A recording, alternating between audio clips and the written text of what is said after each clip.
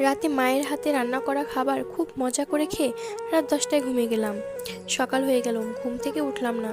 আর আমি ঘুমাবো বলে মা ডাকলো না। দুপুর হয়ে গেল, ঘুম থেকে উঠলাম না। এবার মা অনেক ডাকলো, আমি উঠলাম না। মা চলে গেল, একটু পর আবার আসলো।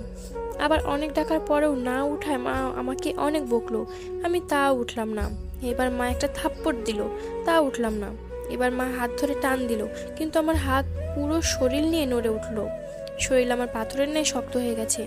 মা কিছু না বলে চুপ করে রুম থেকে বেরিয়ে বাবাকে ডেকে নিয়ে আসলো।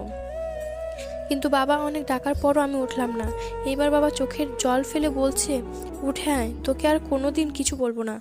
যেমন করে থাকতে চাস থাক, তাও উঠে আয়, তোকে আজকে ল্যাপটপ কিনে দিব। আমি অবাক হয়ে দেখছি, বাবা এত করুণা করে কোনোদিন আমাকে বলে না, অথচ আজ বলছে। আমি উঠে আসতে যাচ্ছি, কিন্তু কিছুতেই উঠতে পারছি না। এদিকে বাবার নানান রকম লোভ দেখিয়ে বলছে উঠে আসতে। একটু পর আমার বাড়িতে অনেক মানুষ চলে আসলো।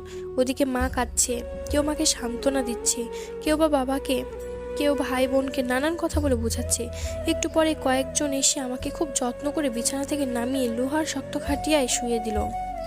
আমি কাঁদছি আর বলছি, আমার পিঠে খুব ব্যথা লাগছে, নামাও আমাকে এখান থেকে। কেউ আমার কথা শুনলো না। একটু পর ওই মানুষগুলো গরম পানি নিয়ে এসে আমার শরীরে কিছুটা পানি ঢেলে দিল। ইস, আমার শরীর পুড়ে গেল বলে চিৎকার করছি, কেউ কথা শুনছে না আমার। আমাকে পরম যত্নে গরম পানি দিয়ে খুব সুন্দর করে ডলে ডলে ধুচ্ছে। আমি কাঁদছি আর বলছি, আমাকে আর গরম পানি দিও না, আমার শরীর পুড়ে যাচ্ছে। আমায় আর ডলা দিও না, খুব ব্যথা লাগছে আমার। কেউ আমার কোনো কথা শুনলো না। অনেক সময় নিয়ে গোসল করিয়ে আমার শরীর ভালো করে মুছে নিয়ে আসলো আমার বসার জায়গাতে। আমি খুব খুশি হলাম, ভাবলাম এবার আমাকে এখানে বসাবে। কিন্তু ওরা আমাকে না বসিয়ে কাঠের শক্ত একটা খাটে শুয়ে দিল, একটা চাদরও নিচে দিল না। একটু পরে মা, বোন আরও কয়েকজন মিলে আমাকে একটা সাদা কাপড় পরালো। মা অনেক আদর করে আমার মুখে হাত বুলাচ্ছে আর কাঁদছে। এত আদর কোনোদিনও করেনি মা আমাকে। আমি অনেক করে বললাম কান্না থামাতে, কিন্তু কিছুতেই কান্না থামাচ্ছে না। আমি এত করে বলছি কেঁদো না, কেঁদো না, কিন্তু কিছুতেই শুনছে না মা আমার কথা। একটু পর কয়েকজন এসে আমার পা আর আমার মাথাটা বেঁধে দিল। কত বললাম একটু খুলে দাও বাঁধন, কেউ শুনলো না। মাকে সরিয়ে দিয়ে আমাকে নিয়ে যেতে লাগলো। মা কিছুতেই নিয়ে যেতে দিচ্ছে না আমাকে। ভাই বোন সব চুপ হয়ে কাঁদছে, আর কিছু বলছে না।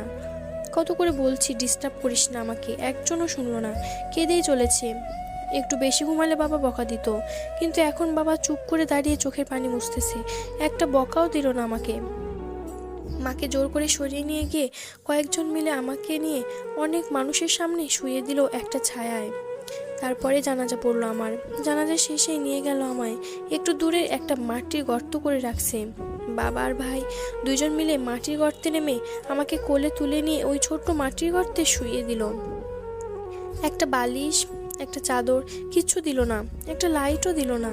আমার পা আর মাথার কাছের বাঁধনগুলো খুলে দিয়ে আমার উপর খুব তাড়াহুড়া করে কিছু কাঁচা বাঁশ দিয়ে ঢেকে দিল। তার উপর আরো কি কি দিল আমি কিছুই দেখতে পাচ্ছি না। যতই সময় যাচ্ছে মাটি গর্তটা অন্ধকার হয়ে যাচ্ছে। আমি চিৎকার করছি আর বলছি, এখান থেকে আমাকে বের করো, আমার খুব ভয় করছে, কিছু দেখতে পাচ্ছি না আমি। একটু পরে আমার উপর মাটি চাপা দিয়ে সবাই চলে যাচ্ছে। আমি ডাকছি আর বলছি, আমাকে একা রেখে যেও না। কেউ শুনলো না। স্বার্থপরের মতো সবাই চলে গেল। কি ভাবছেন, মৃত্যুবরণ করবেন না? আরো রং তামাশা করা বাকি আছে?